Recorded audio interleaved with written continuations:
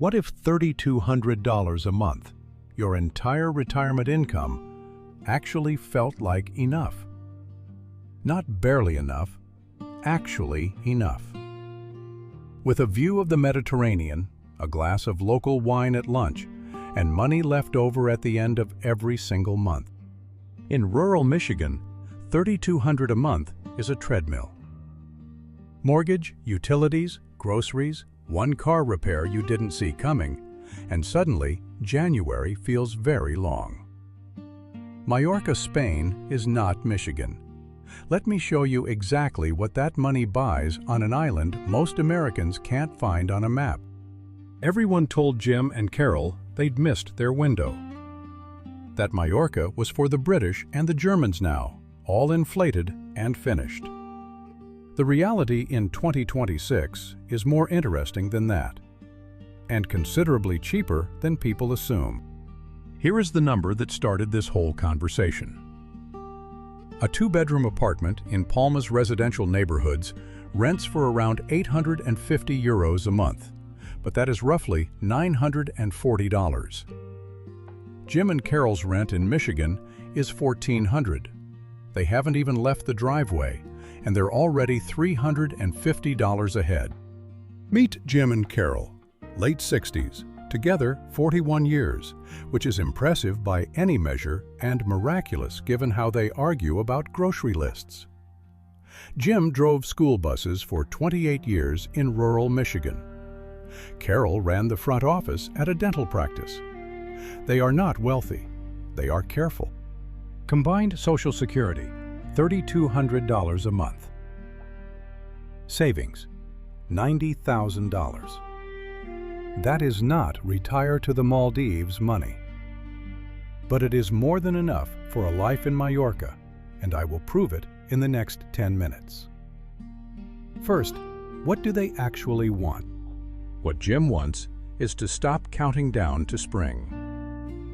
He wants to eat outdoors in December without a coat. He wants cheap beer and no agenda.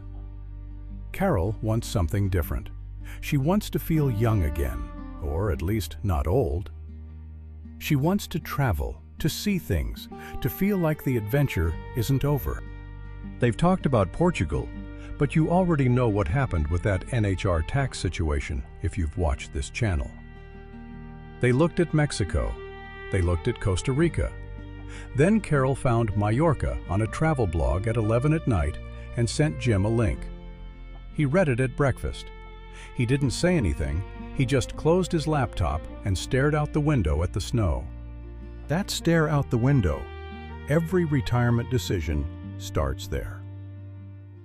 With a January morning that goes on too long. So let's do the math. And then, let's do something more useful. Let's show you what a Tuesday in Palma actually looks like. Rent.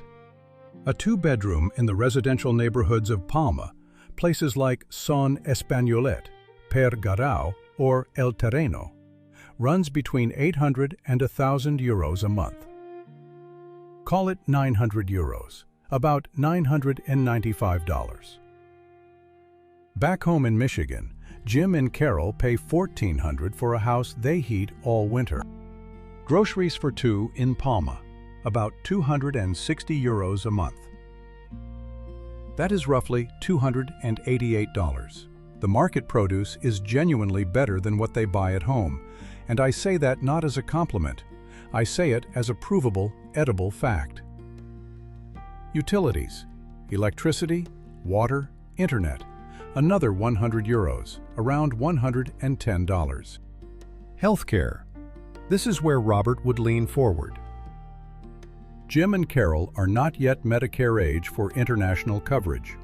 Medicare does not pay outside the United States. Full stop. Medicare.gov confirms it. Private expat health insurance for two people in their late 60s in Spain. Around 240 euros a month, about $266. For two people. Good English-speaking doctors, private clinics, real coverage. Transport. Palma has buses, and Jim will not be getting on a bus. Well, that is a fair prediction. A second-hand car is the realistic option. Budget about €80 a month for fuel and occasional parking in a city this size. Or they skip the car entirely during the first year and use taxis and buses, which is both cheaper and a crash course in actually living somewhere. Dining out, leisure, the occasional weekend in another part of the island. Budget €300 a month. That covers 2 or 3 proper sit-down dinners a week, weekend excursions, and a few rounds of drinks that would embarrass a barback in Michigan with their price tags. Total monthly spend for Jim and Carol in Palma, roughly $1,980. Their income, $3,200. That leaves approximately $1,220 every single month. Every month, 12 months a year. In Michigan, that money existed only in theory. Monday, 6:45 in the morning. The alarm goes off out of habit. Jim reaches for it. Then he remembers. He opens the shutters and the light is already there. Not the weak, apologetic Michigan light of March, but actual Mediterranean morning sun. He makes coffee. He can hear someone below on the street arguing passionately about something. He has no idea what. He doesn't need to. By 8, they walk to a bar 3 minutes from the apartment. Not a bar, a cafe bar, which in Spain is the same building that does breakfast, argument, espresso, and occasionally a horse racing broadcast at full volume, all simultaneously and without apology. 2 cortados and 2 toasted rolls with tomato and olive oil, around €4 total. Jim eats his in silence. He looks like a man who has been set free. The Mercat de l'Olivar is a 10-minute walk. It is one of those covered markets that makes you reconsider every grocery store you have ever been in. The produce section alone is a moral argument. Tomatoes that actually smell like tomatoes. Olives in 17 configurations. A fishmonger with a slab of fresh swordfish that Carol stares at for slightly too long. Carol attempts Spanish. She orders a kilo of oranges. The vendor, a man roughly the shape of a small refrigerator, replies in rapid Mallorquin, which is its own language, related to Catalan, and has approximately nothing to do with the phrase Carol practiced on the flight over. She smiles. He smiles. She gets the oranges. Communication achieved. Lunch is the event. In Mallorca, and in Spain generally, the midday meal is not a desk sandwich. It is the main event of the day, eaten slowly, between 2 and 4 in the afternoon, often in the company of people you actually like. The restaurants post a menú del día, a fixed-price lunch, 2 courses plus dessert plus a drink, around €12. Jim orders something he cannot pronounce and it arrives perfect. Jim orders a local lager. In a terrace bar on Passeig del Born, Palma's main promenade, a draft beer costs about €2.50. He sits in the December sun in a short-sleeved shirt. He does the math in his head, involuntarily. Back in Michigan this week, it is 11 degrees and his neighbor is shoveling. He takes another sip.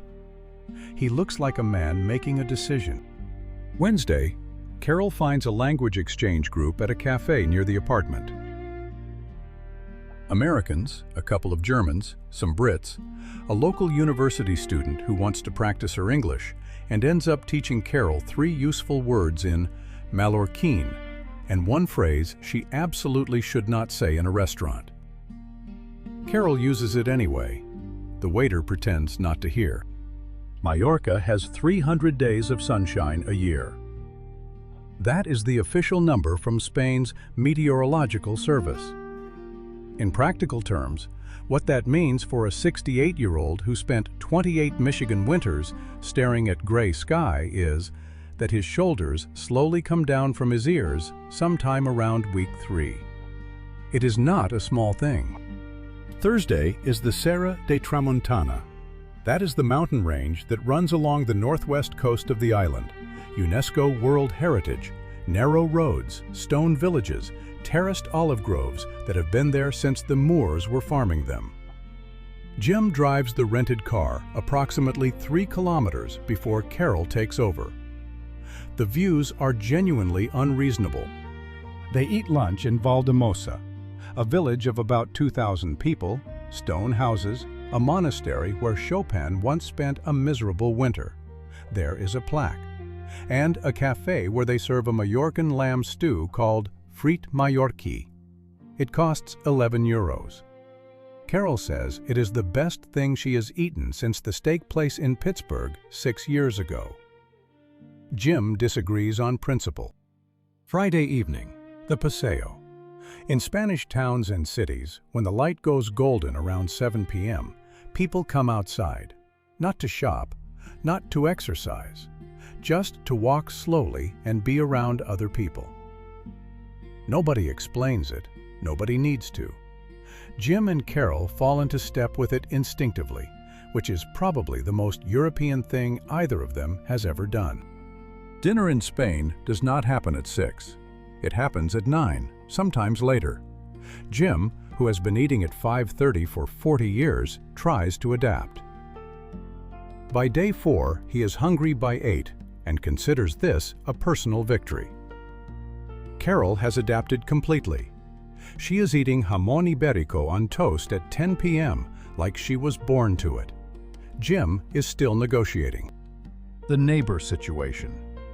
Within 2 weeks, there is a woman named Margalita on the 3rd floor who has taken Carol on as a project. She speaks no English. Carol speaks no Spanish and less Mallorquín. They communicate through hand gestures, a translation app, and an apparently universal language of opinions about bread. Margalita brings her a loaf on Saturday. Carol brings her a jar of peanut butter. Margalita's face is memorable. On Sunday, the cathedral. La Ciudad de Palma sits right on the waterfront, Gothic, improbable, the size of an argument. And the light comes through the rose window at a particular angle around noon that makes even Jim, who is not a cathedral person, stop talking for a moment. Some places earn silence. This is one of them. Now, let's be honest. Because this channel exists specifically for that purpose. Mallorca in summer is a different island. July and August, the population of about 900,000 swells with tourists in ways that would make a Michigan traffic jam feel intimate. Beach towns become queues. Prices in tourist areas spike. Jim and Carol will need to know which parts of the island are theirs and which ones belong to the package holiday crowd. The distance.